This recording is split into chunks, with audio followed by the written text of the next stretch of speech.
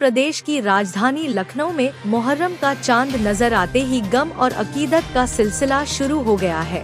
शुक्रवार शाम को लखनऊ की तहजीब और इतिहास का प्रतीक माना जाने वाला शाही ज़री का जुलूस निकाला गया। यह जुलूस बड़े इमामबाड़े से आरंभ होकर शहर के ऐतिहासिक रूमी दरवाजा, लाजपत नगर, घंटा घर और सतखंडा होते हुए छोटे इमामबाड़े तक पहुंचा। इस दौरान सुरक्षा व्यवस्था के लिए पुलिस प्रशासन पूरी तरह सतर्क रहा।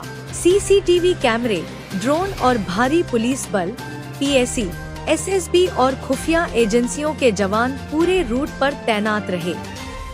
शाही ज़री का यह जुलूस 187 साल पुरानी परंपरा का प्रतीक है। अवध के तीसरे ताजदार मोहम्मद अली शाह ने इस जुलूस की शुरुआत 1839 में की थी। आज भी यह जुलूस उसी शाही शान शौकत के साथ निकाला जाता है जैसा वर्षों पहले होता था।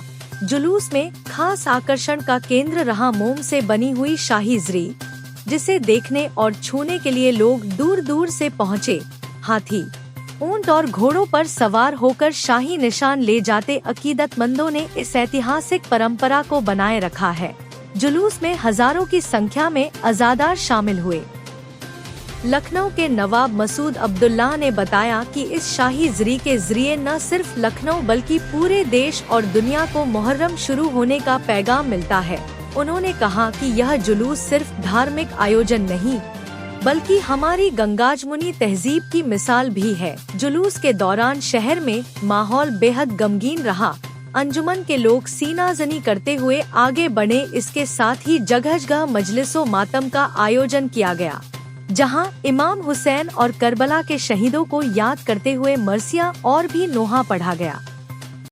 यकुम मुहर्रम ये शाही जुलूस, इस पस मंजर में पैगाम हुसैनियत किस तरीके से लोगों तक पहुँचा? देखिए, सबसे पहले तो मैं ये कहना चाहूँगा कि 1839 में अवध के तीसरे ताजदार बादशाह मोहम्मद अली शाह ने इस जुलूस का आगाज़ किया और ये बड़े इमामबाड़े से नमदार होता है। और पहले तो ये इधर से होता हुआ रोज़ा काजमैन जाता था, लेकिन अब ये है कि क्योंकि बीच में रुक गया था तो एडमिनिस्ट्रेशन ने जो इसका रूट जो था बड़े इमामबाड़े से छोटे इमामबाड़ा कर दिया। देखिए, ये जो इमाम हुसैन अलैहिस्सलाम की जो शहादत थी और नवाबीन अवध का जो उनसे अक़ीदा था और उनसे जो मोहब्बत थी, उसकी याद में ये जुलूस जो है उठाया जाता है। और इसमें आप ये देखें कि यहाँ पर हुसैनाबाद मुबारक का बैनर है, साथ ही साथ इसमें वो सारे माह मरातिब हैं और रोशन चौकी है, सबील है, और फिर वो नौहा खान, मस्जिद खान, और फिर जो शाही ज़री है जो मोम की ज़री कहलाती है, जो कि ईद के बाद से बनना शुरू होती है। करीब 3 महीने में ये बनती है और उसके बाद फिर उसमें करीब 18-20 लाख रुपए उसकी लागत भी आती है। फिर जो नवाब आसिफउद्दौला का जो लाडो साकन से एक वादा था, उस वादे को निभाते हुए ये जो जुलूस है उसमें शाही ज़री के पीछे वो लाडो साकन का जो ताज़िया है वो भी साथ ही साथ उठता है। तो नवाबीन अवध उन्होंने अपना वादा वो पूरा किया, आज तक वो वादा पूरा हो रहा है। और इसमें सबसे बड़ी चीज़ ये है, ख़ास चीज़ ये है कि इसमें सिर्फ शिया मसलक के लोग इसमें शामिल नहीं होते। इसमें वो सारे अक़ीदतमंद, चाहे वो शिया हों, सुन्नी हों, हिंदू हों, हर मज़हब मिल्लत के लोग जिनको इमाम हुसैन अलैहिस्सलाम से मोहब्बत है और जो उनके गम को मनाते हैं। तो ये जो 72 शहादतें करबला में हुई थी, उनकी याद में ये जुलूस जो है उठाया जाता है और उसी अक़ीदत के साथ हम लोग जो है इसमें शामिल होते हैं और हर मज़हब मिल्लत के लोग जो है इसमें शरीक होते हैं और उसी शान शौकत के साथ आज भी वो जुलूस जो है उठता है। ऐसे में अगर बात सुरक्षा व्यवस्था पर की जाए तो वरिष्ठ पुलिस अधिकारी लगातार पूरे इलाके में गश्त करते नजर आए।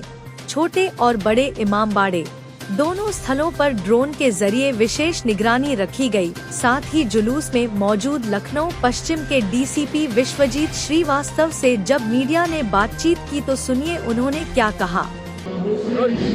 सर, आज शाही ज़री का जो बड़ा जुलूस निकल रहा है, पहली मुहर्रम है, किस तरह के सुरक्षा व्यवस्था के इंतजाम किए हैं और 8वीं मुहर्रम में कैसे आप देख रहे हैं कि क्या होगा? जैसा कि आप लोगों को जानकारी है कि मुहर्रम की शुरुआत इस जरी शाही जरी के जुलूस से होती है और ये बड़े इमामबाड़े से छोटे इमामबाड़े तक जाता है और ये अब काफ़ी मशहूर जुलूस है और काफ़ी नामी जुलूस है, लेकिन साथ ही साथ इसकी संवेदनशीलता भी बहुत है और इसको देखते हुए इसके व्यापक प्रबंध किए गए हैं। और इसमें जो हम लोगों को फोर्स मिला है, जो जोनल सेक्टर व्यवस्था लागू की गई है, कुल मिला के करीब हम लोगों को 12 कंपनी पीएसी मिली है, 2 कंपनी हम लोगों को आरपीएफ की जो है आरएएफ मिली है, 2 कंपनी आरआरएफ की मिली है।